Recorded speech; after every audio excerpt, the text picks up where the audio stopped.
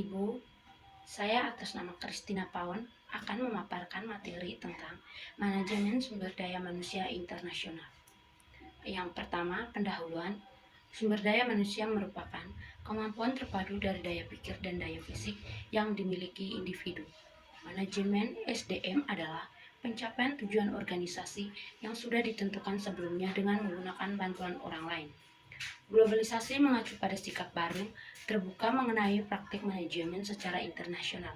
Sikap ini menggabungkan keingintahuan mengenai dunia di luar batas nasional dan kemampuan untuk mengembangkan dan guna beradaptasi dalam ekonomi global.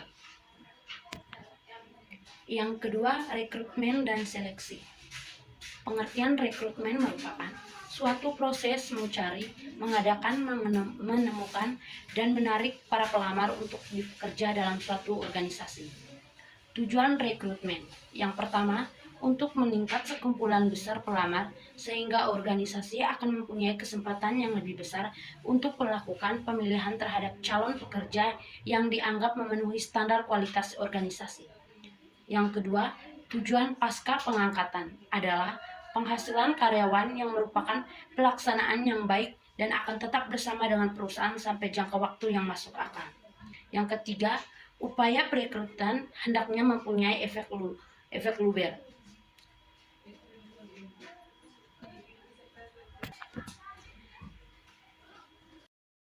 Ketiga, upaya perekrutan hendaknya mempunyai efek luberan, yakni citra umum organisasi haruslah menanjak dan bahkan pelamar yang gagal haruslah mempunyai kesan-kesan positif terhadap perusahaan. Yang berikutnya, proses rekrutmen. Sebuah proses rekrutmen dimulai dengan pencapaian calon dan berakhir sampai lamaran mereka diterima. Tahap berikutnya setelah persiapan untuk melakukan rekrutmen selesai dikerjakan adalah mencari calon sebanyak jumlah yang diperlukan yang akan diseleksi untuk mencari. Yang berikutnya, seleksi. Pengertian seleksi adalah proses identifikasi dan pemilihan orang dari sekelompok pelamar yang paling cocok atau yang paling memenuhi syarat untuk menduduki suatu jabatan atau posisi tertentu. B. Proses seleksi. Proses seleksi yaitu dilakukan setelah kegiatan rekrutmen berakhir. Seleksi SDM merupakan sebuah proses untuk memilih dan menetapkan sejumlah orang dari calon-calon yang tersedia dengan profesi tertentu. Menurut Rifai 2004-169 mengemukakan bahwa proses seleksi merupakan rangkaian tahap-tahap khusus yang digunakan untuk memutuskan pelamar kerja mana yang akan diterima. Proses tersebut dimulai ketika pelamar akan bekerja dan diakhiri dengan keputusan penerimaan. Sondang P. Siagian menjelaskan bahwa langkah-langkah dalam proses seleksi minimal ada 8 langkah. Yang pertama, penerimaan surat lamaran. Yang kedua, penyelenggaraan ujian. Yang ketiga, wawancara seleksi. Yang keempat, mengecekkan latar belakang pelamar dan surat-surat referensinya. Yang kelima, evaluasi kesehatan. Yang keenam, wawancara oleh manajer yang akan menjadi atasan langsungnya. Yang ketujuh, pengenalan pekerjaan. Dan yang kedelapan, keputusan atas lamaran.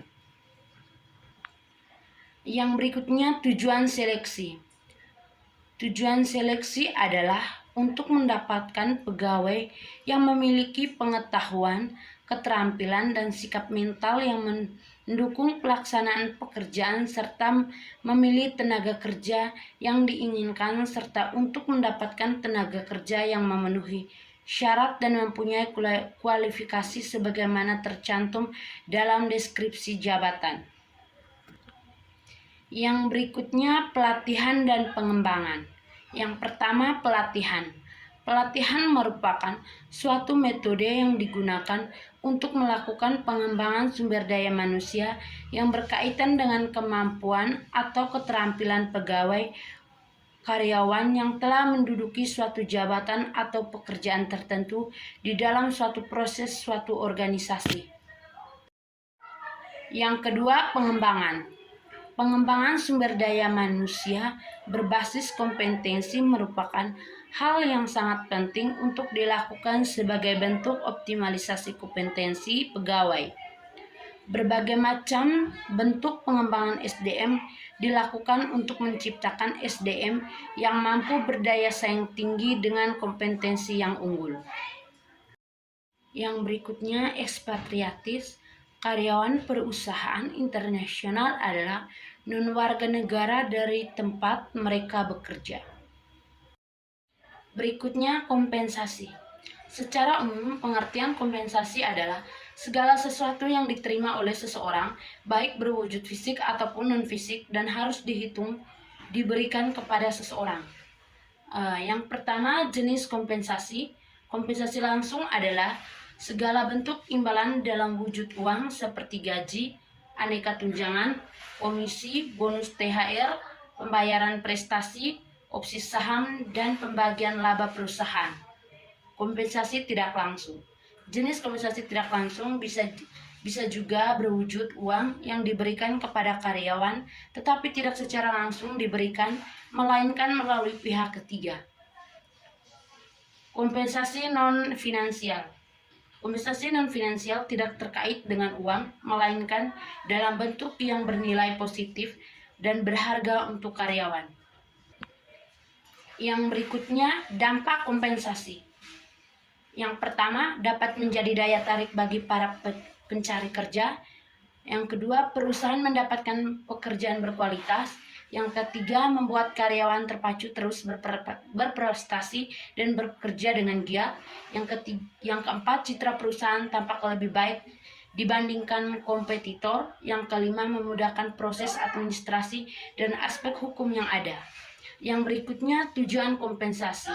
Yang pertama, performa pekerja. Yang kedua, terbentuknya ikatan kerja. Yang ketiga, motivasi. Yang keempat, kepuasan kerja. Yang kelima, mendorong pertumbuhan perusahaan.